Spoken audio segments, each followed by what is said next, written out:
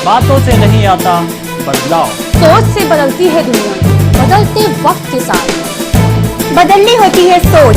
नए सोच के साथ लाए हैं हम खबरों का नया पेपर। आप देख रहे हैं इंडिया वार्ता न्यूज। इस वक्त जनपद मथुरा से खबर मिल रही है, यमुना दिन प्रतिदिन हो रही है मैली। यमुना शुद्धिकरण के सारे वादे खोखले साबित। आपको बता दें कि उत्तरकाशी के यमुनोत्री से कल करते हुए निकली कालिंदी यमुना धीरे धीरे खो रही है अपना अस्तित्व।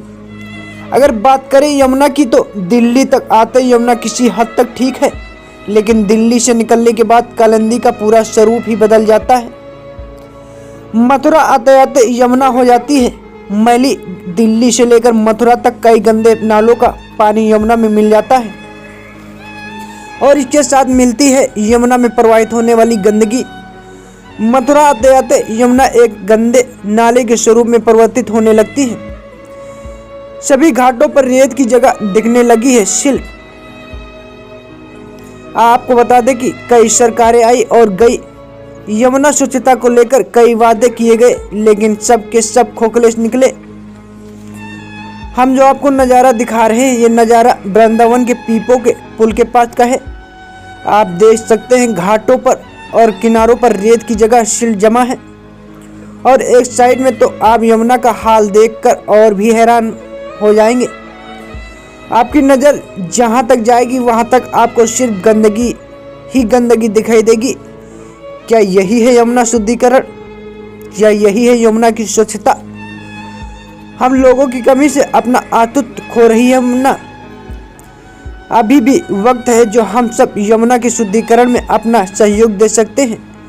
यमुना के खोते अस्तित्व को एक बार पुनः बचा सकते हैं, वरना आने वाले समय में यमुना का कोई अस्तित्व नहीं रहेगा।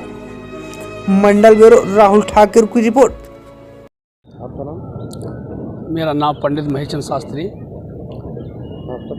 यमुना में जो जल प्रदूषित है, क्या कहेंगे आप? देखिए, माता यमुना जिनका सिर्फ एक नाम लेने से ही भवसागर से मोक्ष करा देने की जो शक्ति माता कालिंदी या माता यमुना के रूप में जो है, तो वैसे तो कहते हैं कि आचमन कर लेना और स्नान कर लेना ये तो बड़ा महत्व रखता है, क्योंकि माता यमुना हो या माता गंगा हो, जितने भी नदियां हैं तो शास्त्र कहते हैं कि गंगम गंगे ते नद्याम स्वस्वरूपः गंगा।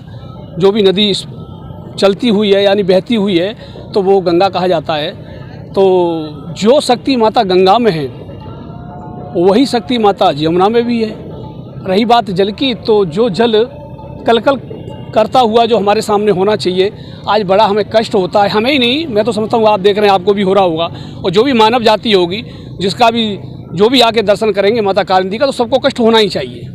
अगर जिन्हें कष्ट नहीं होता है कि आज माता की ये दुर्दशा हम आप देख रहे हैं, ये हम आप उनकी संतान हैं, हमारा सबका ये कर्तव्य है कि हमें माता यमुना के प्रति अपनी संवेदनाओं को प्रकट करना चाहिए और प्रकट करके हमारा जो कर्तव्य है वो हमें करना चाहिए कि देखो क्या स्थिति हो रही है। आप देखिए कि देखा नहीं जाता। माता यमुना के गोदी में आने के लिए चाहते तो सब है हम चलें, लेकिन उस गोदी को भी तो हम थोड़ा सजग करके रखें कि हमारी माँ की दुर्दशा क्या है। बड़े बड़े नियम बनते हैं, कानून बनते हैं, बड़ी बड़े जो का है सरकार आती हैं, बड़े बड़े दावे करते हैं, इतने लाख इतने करोड़ जो का इतने हज़ार करोड़ रुपए हमने प्रोजेक्ट के रूप में पारित कर दिए। अब पता नहीं वो प्रोजेक्ट कहाँ आके ख़त्म हो जाता है। कागज़ों पर ही चलता है कि यहाँ आता है, यहाँ भी देखते हैं कभी कभी कार्य शुरू होता हुआ दिखाई देता है, अब कब विलीन हो जाता है वो पता ही नहीं लगता। मैं तो समझता हूँ इससे पहले, कुंभ से पहले या प्रोजेक्ट आया कि यहाँ साले नाले बंद किए जाएंगे, टेप किए जाएंगे और सारा जल जो है माता का जो प्रदूषित है स्वच्छ हो जाएगा। और बताते हज़ारों लाख करोड़ों रुपए आए, ये तो सरकार जानती होगी।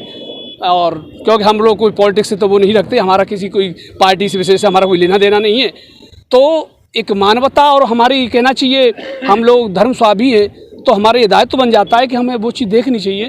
तो पता नहीं वो पैसा आया, शुरू भी हुआ और कहाँ चला गया, टेप हुआ। मैं तो समझता हूँ एक भी नाला टेप नहीं हुआ, सारी गंदगी आप देख रहे हैं, देखा नहीं जाता है। पंडित जी, अब आने वाले समय में काफ़ी त्यौहार है, होली का भी त्यौहार है, काफ़ी श्रद्धालु आएंगे जी, तो क्या ये जल आचमन लेने योग्य है या नहीं? मैं तो समझता हूँ भैया, कहने के लिए कोई भी कुछ कहते रहें, हमारी भावना है वो अलग बात है। माँ है तो माँ का गोदी कितनी भी गंदी हो बालक के लिए, तो बालक को तो उसमें बैठेगा, किलोली मारेगा। तो हम तो आते हैं, स्नान भी करते हैं, आचमन भी करते हैं, लेकिन वाकई में जो सिर्फ सुना है और देखा है और जो एक दर्शन के रूप में आते हैं, वो तो साथ इस जल को लेकर के आचमन नहीं करेंगे, क्योंकि जल की स्थिति ऐसे लग रहा है कि जैसे किसी काले कोयले में उसको रगड़ करके हमारे सामने पेश किया जा रहा है। क्या ये स्थिति हो रही है? बताओ कौन देखेगा वो आकर के माँ के आंचल को जो खाए, वो अलग बात है। आप क्या संदेश देना चाहेंगे आने वाली सरकार को? अब हम ये संदेश देंगे कि भैया, सरकार से हमारा ये जो भी पदाधिकारी आए उन सबसे हमारा सजेशन भी है और निवेदन भी, हम तो निवेदन ही के रूप में कर लें भैया, हम क्यों आदेश और सजेशन करें, उनसे हमारा भी है। और निवेदन भी, हम तो निवेदन ही के रूप में कर लें भैया, हम क्यों आदेश और सजेशन करें, उनसे हमारा विशेष निवेदन है कि माता यमुना, माता गंगा, ये हमारे ही पहचान है। भारत देश की ये पहचान है, हमारे हिंदुत्व की पहचान है।